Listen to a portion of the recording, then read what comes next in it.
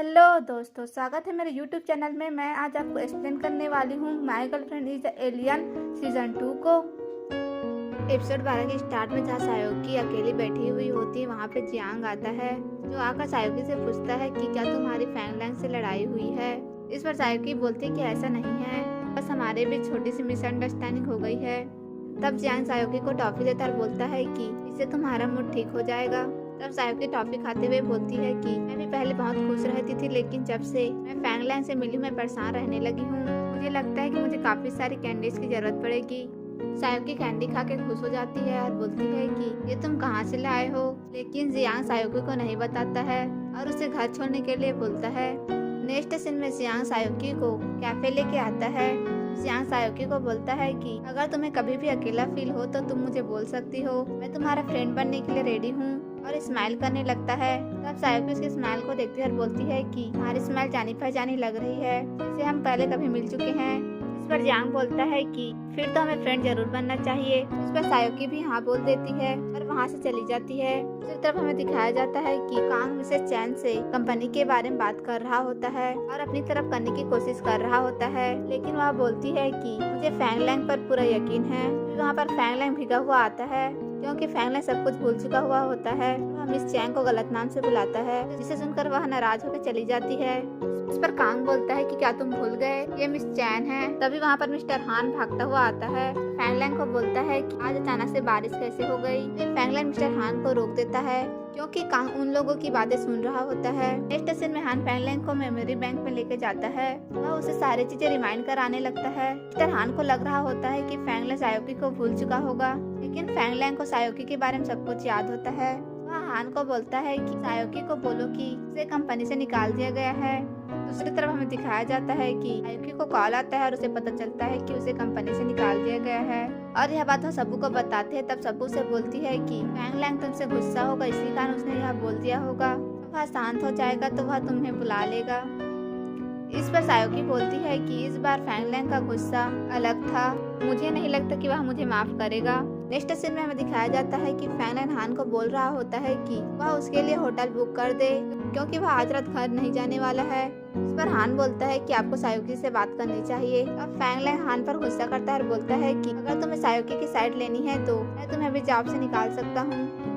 सायोकी और सबू फैंगलैंग के घर के बाहर होती है। उन्हें पता चलता है कि फैंगलैंग अभी तक घर नहीं आया है। तभी वहाँ पर सायोकी के मोबाइल में एक होटल का फोटो आता है, जिससे सायोकी समझ जाती है कि फैंगलैंग वहीं पर होगा। उसके बाद सायोकी और सबू बात करते हुए घर आ रहे होते हैं कि उन्हें फैंगलैंग को झूठ नहीं बोलना चाहिए था।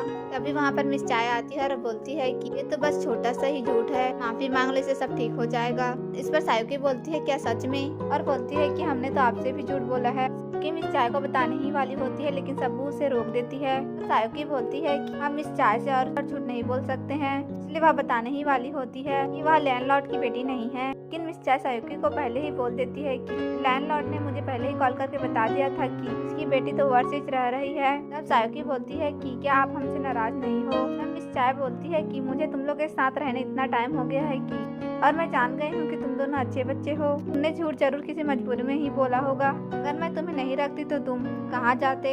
ये सुनकर सायोकी और सबू मिस चाय को हक कर लेते हैं और वह मिस चाय को बोलती है कि मैं आपको रीपे करने के लिए बहुत सारा डिलीवरी करूंगी। मिस चाय बोलती है कि अगर तुम्हें मुझे रीपे करना है तो फैंगलैंग को जाकर माफी मांगो, आखिर उन्हें बाद में मेरे कैफे में इन्वेस्ट करना है।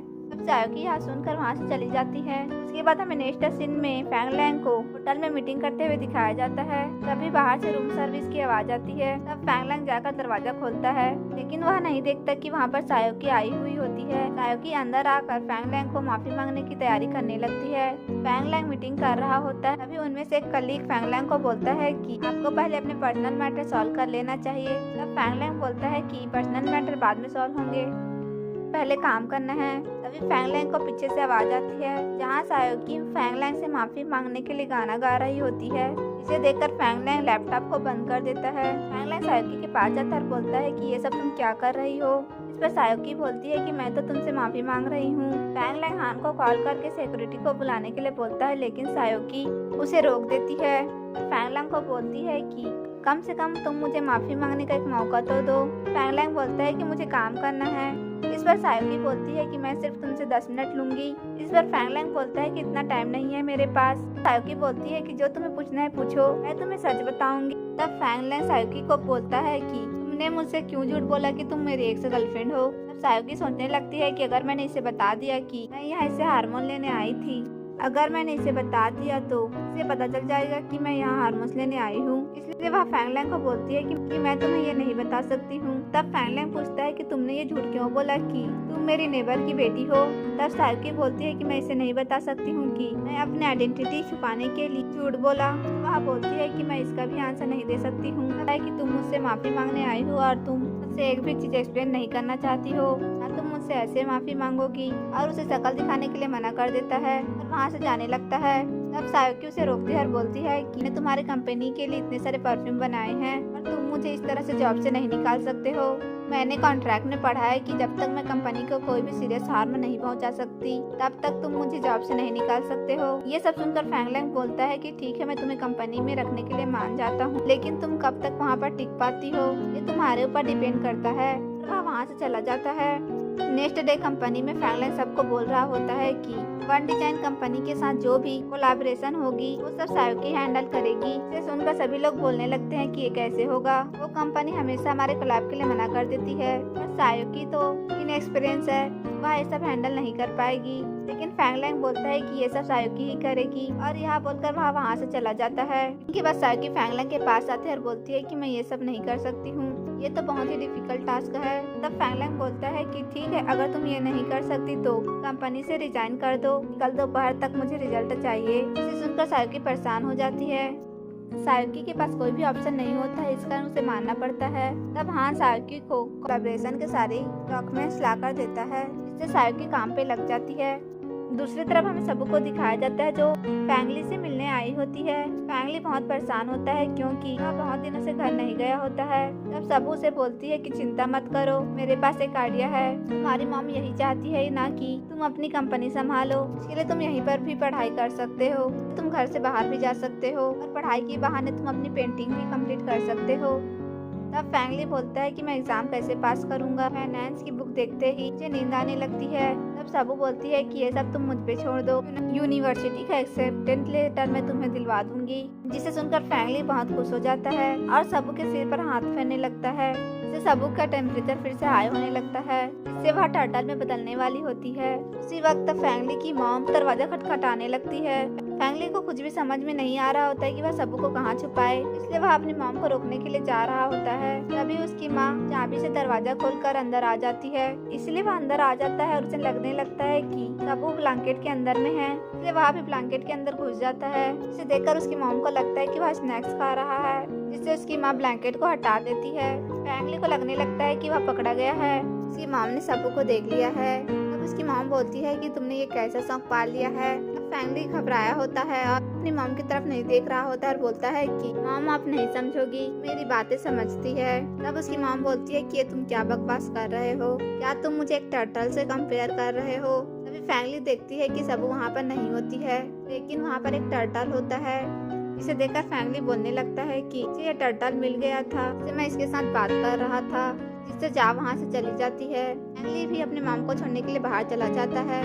तब सब वहाँ से जाने लगती है और बोलती है कि मैं बार बार टर्टल फॉर्म में कैसे बदल जाती हूँ। रात में फैंगलैंग अपने घर जा रहा होता है, तभी वह देखता है कि सायोकी सो रही है और वह गिरने वाली होती है, इससे फैंगलैंग सायोकी को बचा लेता है। फिर सायोकी की आँख खुलती है, वह फैंगलैंग को देखकर सॉरी बोलती है और वह पूछती है कि कितने बजे हैं। तब फैंगलैंग बोलता है कि अभी रात के 12:30 बजे हैं, तुम्हें अभी घर जाना चाहिए। लेकिन सायोकी बोलती है कि नहीं, मुझे अभी कोलैबोरेशन के लिए तैयारी करनी है, इसलिए मुझे अभी और काम करना है, आप घर चले जाओ। फैंगलैंग सायोकी को कुछ भी कहे भी नहीं वहाँ से चला जाता है और सायोकी अपना काम करने लगती है। नेक्स्ट डे सायोकी वनडे कंपनी में अपना प्रेजेंटेशन देने के लिए जाती है, जहाँ सायोकी के प्रेजेंटेशन से वो लोग पहले इम्प्रेस नहीं होते हैं, लेकिन जब वह कोलैबोरेशन के लिए अपना व्यू रखती है तो उसकी बातें सुनकर मिस्टर वांग बहुत इम्प्रेस होते हैं और कोलैबोरेट करने के लिए मान जाते हैं। इसे सुनकर सायोकी और जियांग बहुत खुश होते हैं। उसके बाद सायोकी जियांग को उसकी मदद करने के लिए थैंक्स बोलती है। जब सायोकी जा रही होती है तब उसे चक्कर आने लगते हैं। तब जियांग उसे पूछता है कि क्या तुम ठीक हो। इस पर सायोकी बोलती है कि शायद मैं थकी हुई हूँ, इसी वजह से ऐसा हुआ है। मैं जाकर आराम कर लूंगी। तब जियान सायुकी को एक कैंडी देता है। सायुकी वहाँ से चली जाती है। सायुकी वहाँ से फैंग लैंग के पास जाती है और उसे कोलैबोरेशन की पेपर दिखाती है। इसे देखकर हान बहुत खुश हो जाता है और बोलता है कि सायुकी तुमने ये कैसे किया। सायुकी बोलती है कि ये तो कुछ भी नहीं है, मैं इतने इंटेलिजेंट हूँ कि मैं कुछ भी कर सकती हूँ। और वह वहाँ से जाते वक्त ये बोलती है कि मैं अब सोने जा रही हूँ। अब तुम्हारे पास मुझे जॉब से निकालने के लिए कोई वजह नहीं है।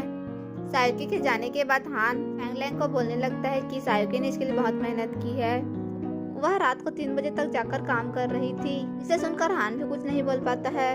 उसके बाद हमें दूसरी तरफ दिखाया जाता है कि सबू अपने सिस्टम को एनालाइज कर रही होती है। बार बार टर्टल क्यों बन जा रही है, लेकिन उसे कुछ भी पता नहीं चलता है। तभी वहाँ पर सायुकी आती है और बोलती है कि मैंने कॉन्ट्रैक्ट साइन करवा लिया है, अब शायद फैंग लैंग मुझसे नाराज नहीं होगा। तब सबू बोलती है कि अगर वह तुमसे अब भी नाराज हो तो तुम उसे एक छोटा सा गिफ्ट भेज देना। चाय ने बोला था कि शायद गिफ्ट की वजह से शायद उसे कुछ फर्क पड़ेगा। नेक्स्ट सीन में दिखाया जाता है कि कंपनी में कुछ एम्प्लॉय बात कर रहे होते हैं कि वनडे वन कंपनी में मेरा एक दोस्त है, उसने सायुकी और वहाँ के एक बॉस को ज्यादा ही क्लोज होते हुए देखा था। उनका फोटो भी उन लोगों को दिखाने लगता है। तभी वहाँ पर फैंग लैंग आता है जो उन लोगों की बात सुन लेता है और वह उस फोटो को भी देख लेता है। फैंग लैंग ये बातें डॉक्टर को बताता है और बोलता है कि सायुकी मेरे काम को कुछ ज्यादा ही इफेक्ट कर रही है। डॉक्टर चांग इस फोटो को देखकर बोलता है कि इस फोटो में तो कुछ भी समझ में नहीं आ रहा है और इसमें सिर्फ उनकी बैक दिख रही है, इसलिए तुम इस पर ज्यादा ध्यान मत दो। अगर तुम्हें लगता है कि सायुकी तुम्हें इफेक्ट कर रही है तो तुम धीरे धीरे उसे कांटेक्ट करना बंद कर दो। तब फैंग लैंग बोलता है कि अब से मैं हान को बोलूंगा, उसका सारा काम अब वही हैंडल करेगा। तब डॉक्टर चांग बोलता है कि घर का क्या, तुम दोनों आप पड़ोसी हो, वहाँ तो तुम दोनों की मुलाकात होती ही रहेगी। तभी फैंग लैंग को एक आइडिया आता है और वह हान को कॉल करता है।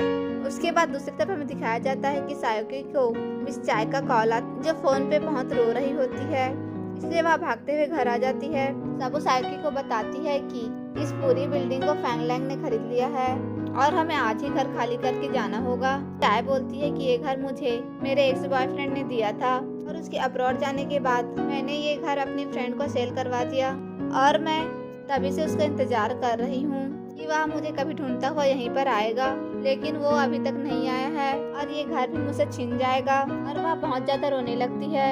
ये देखकर सायुकी बहुत ज्यादा अपसेट होती है और फैंग लैंग के पास जाती है और फैंग लैंग को बोलती है कि अगर तुम मुझे हेट करते हो तो मुझे घर से निकाल दो, लेकिन मिस चाय के साथ ऐसा मत करो। इस पर फैंग लैंग बोलता है कि ये मेरा और ओनर के बीच की बात है, इसमें तुम्हारा कोई लेना देना नहीं है। तब सायुकी कहती है कि तुम्हें प्यार पर भरोसा नहीं है, लेकिन दूसरे लोग तो प्यार पे विश्वास कर सकते हैं। तब फैंग लैंग कहता है कि किसने कहा कि मुझे प्यार पर भरोसा नहीं है, उससे ज्यादा मुझे प्यार के बारे में पता चलता है। सायुकी कहती है कि ऐसा कैसे हो सकता है। तब फैंग लैंग बोलता है कि अगर तुम्हें प्यार के बारे में सब पता चलता तो तुम मुझे झूठ नहीं बोलती, मुझसे बातें नहीं छुपाती और मैं जो भी तुमसे पूछता तुम मुझे सच बता देती। सायुकी फैंग लैंग की बातों से कंफ्यूज होने लगती है और यहीं पर हमारा एपिसोड 12 खत्म हो जाता है।